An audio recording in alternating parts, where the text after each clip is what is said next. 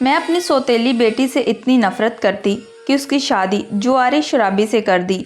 9 महीने बाद मेरी सौतेली बेटी लौटी तो मेरे हाथ पर बहुत सारे पैसे रख दिए। मेरी सौतेली बेटी हर हफ्ते मुझे पैसे देती। मैं हैरान थी उसके पास इतने पैसे कहाँ से आए। लालच में आकर मैंने अपनी छोटी बेटी की शादी उसके देवर से कर दी।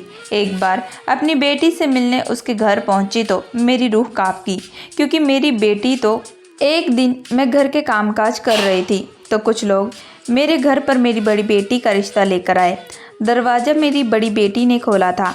मेरी बड़ी बेटी का नाम रवीना था। दरवाज़ा खोलने के बाद मैंने रवीना को कमरे में ही रहने के लिए कहा और कह दिया था, जब तक वे लोग नहीं चाहते तब तक तुम उन लोगों के सामने मत आना। मेरी 4 बेटियां थीं। चारों बेटियों में से रवीना ही सबसे ज़्यादा सुंदर थी। इस वजह से मुझे डर था कहीं वह लोग उसे पसंद ना कर ले।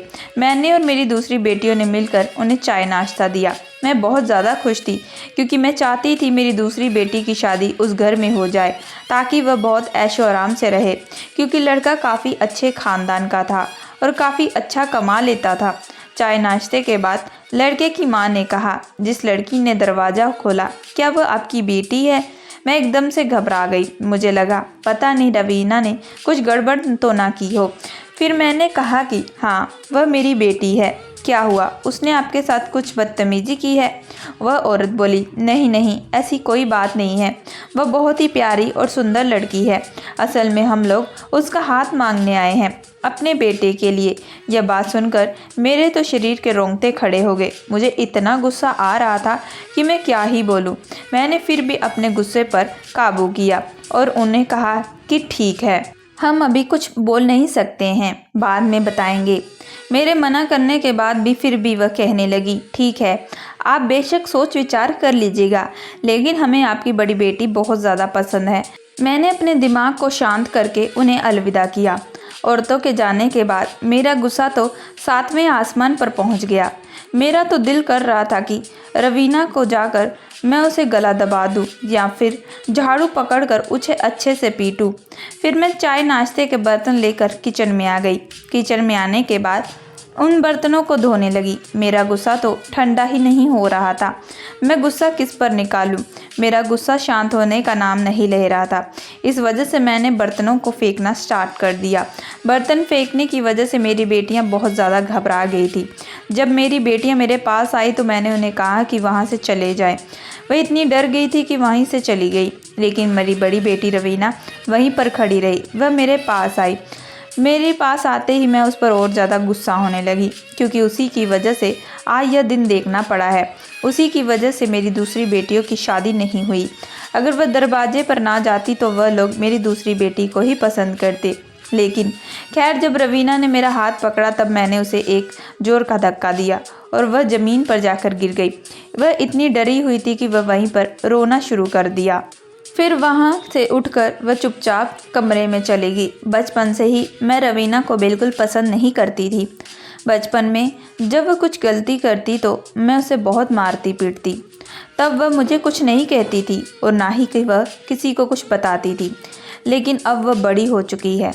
अगर मैं आज उस पर हाथ उठाऊंगी, हो सकता है वह मुझ पर भी हाथ उठा दे या फिर किसी को कुछ जाके बता दे। इस वजह से मैं उसे अब मार नहीं सकती थी।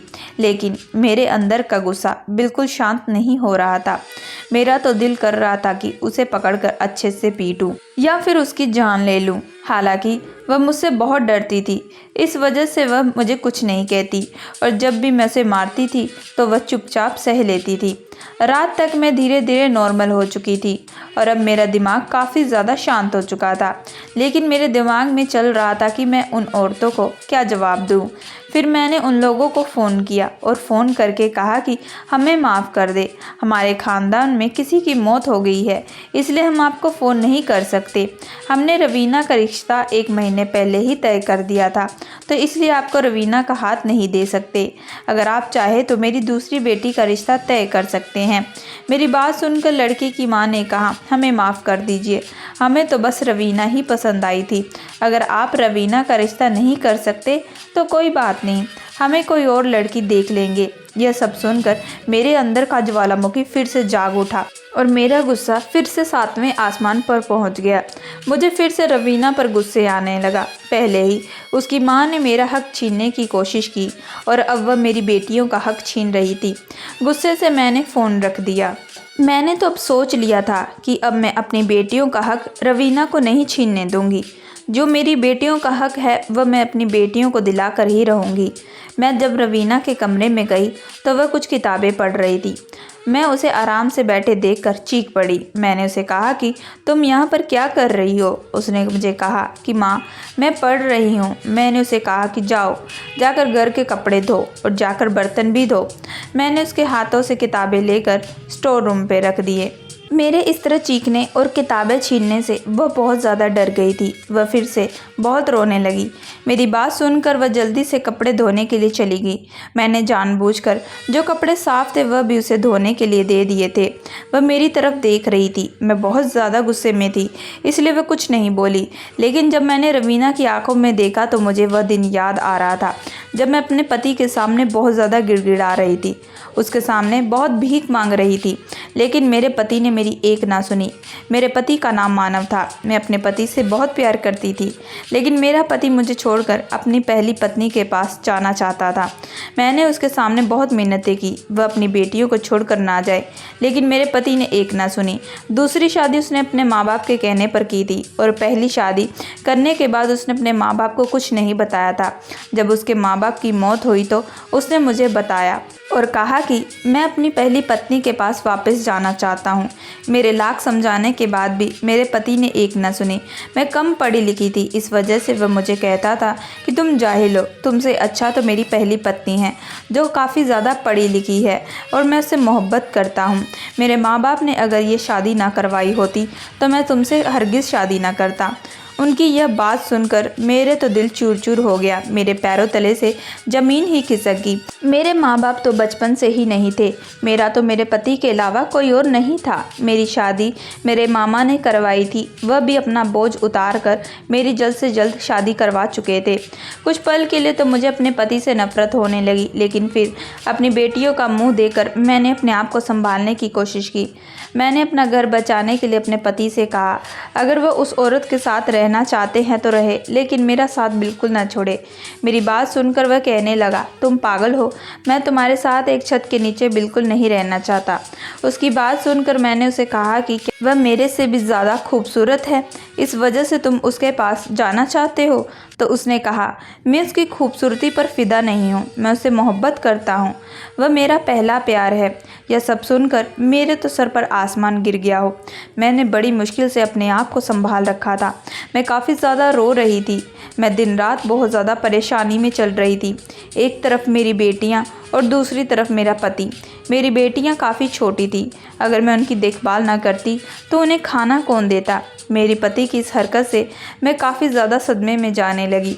लेकिन जब मेरी बेटियां रोती तो उन्हें देखकर मुझे काफ़ी ज़्यादा दुख होता, उन्हें देखकर मुझे हिम्मत मिलती। फिर मैंने सोचा कि मैं हिम्मत नहीं छोड़ूंगी।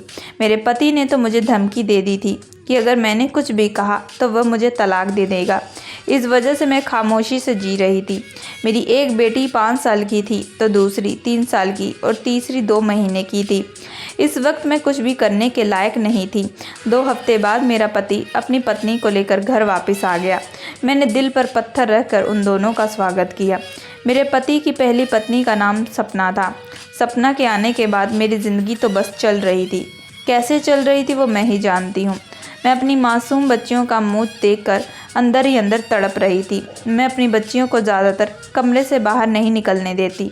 सपना की भी एक बेटी थी, इस वजह से मैं नहीं चाहती थी कि मेरी बेटियां और उसकी बेटी दोनों मिलकर आपस में बातचीत करें। कुछ दिनों के बाद मेरे पति और उसकी पत्नी साथ में ही और उनकी एक बेटी 1 महीने के लिए घूमने बाहर चले गए। 1 महीने तक घर पर मैं अकेली कैसे रही वह मैं ही जान सकती हूँ। मैं दिन रात भगवान के आगे बहुत रोती। दिन भर में कुछ खाना पीना भी नहीं खाती, सिर्फ अपनी बच्चियों के लिए खाना बनाती और उन्हें खिलाती। मैं एक जिंदा लाश की तरह बन गई थी। फिर मुझे लगा कि शायद मेरी ज़िंदगी में ही तकलीफ़ है, लेकिन फिर 1 महीने के बाद जब मेरा पति घर वापस आया, मेरी बच्चियों में उसे कोई दिलचस्पी नहीं रही। अगर मेरी बच्चियां अपने बाप से कुछ मंगवाती तो वह उन्हें कुछ लाकर नहीं देता।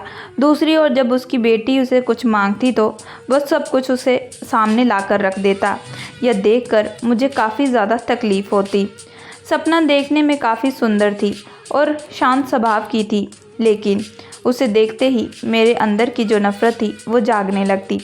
मेरे अंदर का जो शुभ तूफ़ान था वो उठने लगता। हालांकि इस मामले में उसकी गलती बिल्कुल नहीं थी, लेकिन हम लोग तो थे सौतन ही ना, एक दूसरे को भला कैसे पसंद कर सकते थे। मेरा पति सपना को बिल्कुल काम करने को नहीं देता, उल्टा मुझे कहता कि तुम किचन का, घर का और सारा काम करना और खाना भी तुम खुद से पकाना। तुम कभी भी सपना को काम करने मत देना, नहीं तो मैं तुम्हें तलाक दे दूँगा। उसकी यह बार बार तलाक देने की धमकी से मैं बहुत ज़्यादा परेशान हो जाती। मैं अंदर ही अंदर घुट घुट के जी रही थी। मुझे तो लगता था कि मुझे घर में नौकरानी बनाकर रखा गया है। ना मेरा पति मुझे पूछता और ना ही मेरी बच्चियों को। बस सारा दिन रात अपनी बच्ची और अपनी पत्नी में बिजी रहता। शुरू में सपना तो बहुत शांत स्वभाव की थी, लेकिन धीरे धीरे उसके रंग दिखने लगे। घर के जब खर्चे बढ़ने लगे तो उसने मुझसे कहा कि तुम और तुम्हारी बेटियां सिर्फ एक वक्त का खाना खाया करोगी। मैंने उसके आगे भीख मांगी। मैंने उसे कहा कि मैं तो भूखी रह लूँगी, लेकिन मेरी बच्चियां वह अभी छोटी हैं, तुम प्लीज़ ऐसा मत करो। काफ़ी देर हाथ पैर जोड़ने के बाद उसने कहा कि ठीक है, तुम सिर्फ एक वक्त का खाओगी। मैंने उसे कहा कि ठीक है। मेरे पास झुकने के अलावा कोई और रास्ता नहीं था। जब सपना मुझे यह सब कह रही थी तो मेरे पति सामने ही बैठे थे। वह कुछ नहीं बोले। उन्होंने तो अपने मुंह पर ताला लगा लिया था। फिर कुछ दिनों के बाद मेरी बच्चियों को प्राइवेट स्कूल से हटवा कर सरकारी स्कूल में डाल दिया गया और अपनी बेटी को प्राइवेट स्कूल में ही पढ़ने के लिए डाला हुआ था। जब इस बारे में मैंने अपने पति मानव से बात की तो उन्होंने कहा कि सपना ने जो किया है वो सही किया है। अगर तुम इस घर में रहना है तो जैसा हम कह रहे वैसा ही करना होगा। यह सुनकर मैं चुपचाप अपने कमरे में चली गई।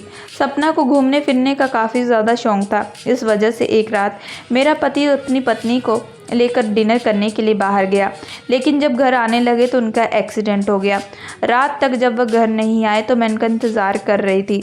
जब मैंने फ़ोन भी किया तो उनका फ़ोन बंद आ रहा था। कुछ देर के बाद घर की बेल बजी। जब मैं दरवाज़ा खोलने गई तो सामने पुलिस को देखा। मैं शॉक हो गई। पुलिस ने कहा कि क्या यह आपके पति हैं? तो मैंने कहा कि हाँ। उन्होंने कहा आपके पति और एक औरत की दोनों के ही कार एक्सीडेंट में मौत हो चुकी है। यह खबर से मैं काफ़ी ज़्यादा टूट चुकी थी। मुझे कुछ समझ में नहीं आ रहा था। एक तो वैसे ही मेरा पति जब जीवित था तब तो वो मुझे पूछता नहीं था, लेकिन उसके मर जाने के बाद अब मैं क्या करूँगी? मेरी ज़िंदगी तो और भी ज़्यादा नर्क बन चुकी थी। मेरे लिए खुद को संभालना बहुत मुश्किल हो रहा था। कैसे तैसे करके 1 महीना गुजर गया। धीरे धीरे मैं ठीक होने लगी। मैं जब भी अपने पति की बेटी को देखती तो मुझे बहुत तरस आता, लेकिन फिर मुझे याद भी आता कि यह सब तो उसकी माँ की वजह से ही हुआ है। इस वजह से मैं उससे बहुत ज़्यादा मारती। बचपन से ही मैं उसे पीटती थी। वह मुझे कुछ नहीं कहती। मैंने अपना घर चलाने के लिए घर पर लोगों का काम करना शुरू कर दिया। रवीना थोड़ी बड़ी हुई तो इस वजह से वह मेरी बेटियों को संभाल लेती। रवीना पर मैंने बचपन पर ही काफ़ी जुल्म किया था।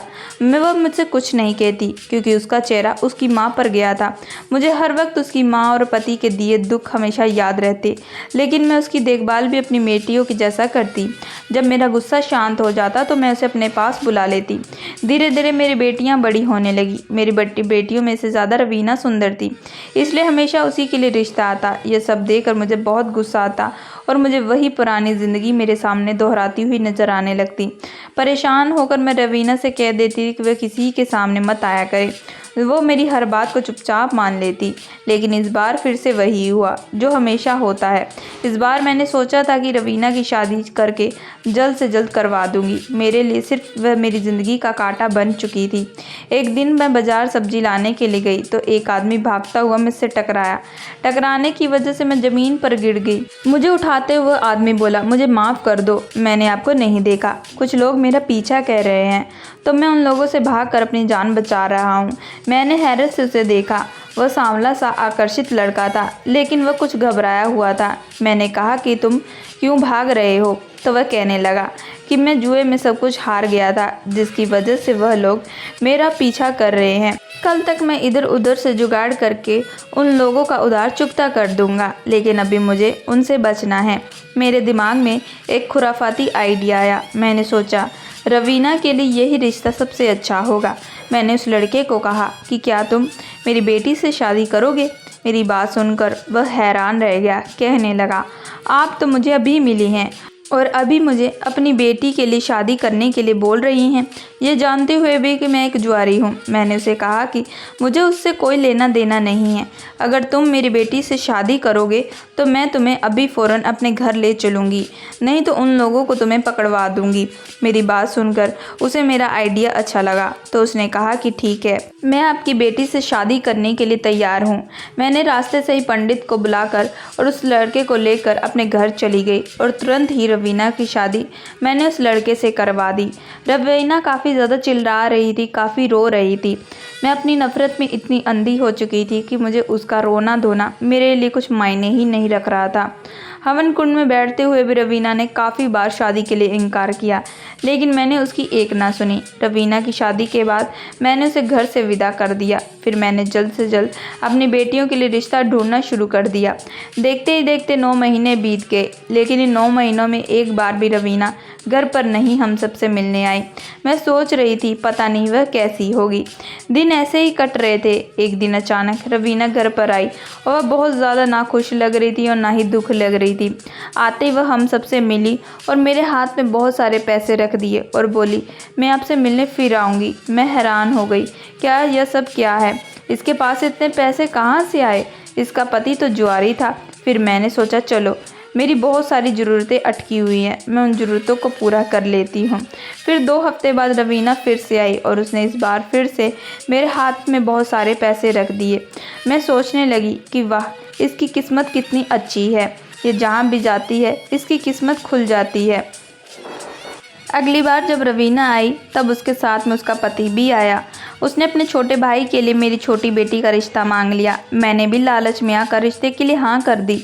मैंने सोचा कि अगर मेरी बड़ी बेटी मुझे इतने पैसे दे सकती है तो छोटी भी ज़रूर देगी। लेकिन रवीना ने मुझे कमरे में जाकर मना किया, लेकिन मैंने उसकी एक ना सुनी। मुझे लगा कि वह मुझसे जल रही है, इसलिए वह नहीं चाहती है कि मेरी बेटी की भी किस्मत बले और वह भी ऐशो आराम की ज़िंदगी जिए। इस वजह से मैंने अपनी छोटी बेटी का रिश्ता तय कर दिया।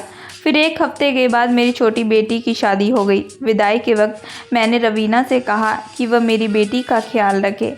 मेरी बात सुनकर रवीना की आंखों में आंसू आ गए और वह रोने लगी और कहने लगी, जब ख्याल रखने का वक्त था तब तो आपने ख्याल रखा नहीं, अब आप यह बात कर रही हैं। लेकिन मैंने उसकी बातों को नज़रअंदाज कर दिया और अपने काम में लग गई। मेरी बेटी की शादी को हुए 1 महीना हो गया, लेकिन 1 महीने में मेरी बेटी ने एक बार भी मुझसे मिलने की कोशिश नहीं की और ना ही मुझसे कोई बात की। तो मैंने सोचा कि जाकर अपनी बेटी के पास खुद मिलाती हूँ। लेकिन जब मैं उसके ससुराल गई तो वहाँ जाकर मेरे पैरों तले ज़मीन खिसक गई। मैं काफ़ी ज़्यादा परेशान हो गई। रवीना ने मुझे सही कहा था कि मैं ये शादी के लिए हाँ ना करूं, लेकिन मैंने लालच में आकर अपनी बेटी की ज़िंदगी खुद बर्बाद कर दी।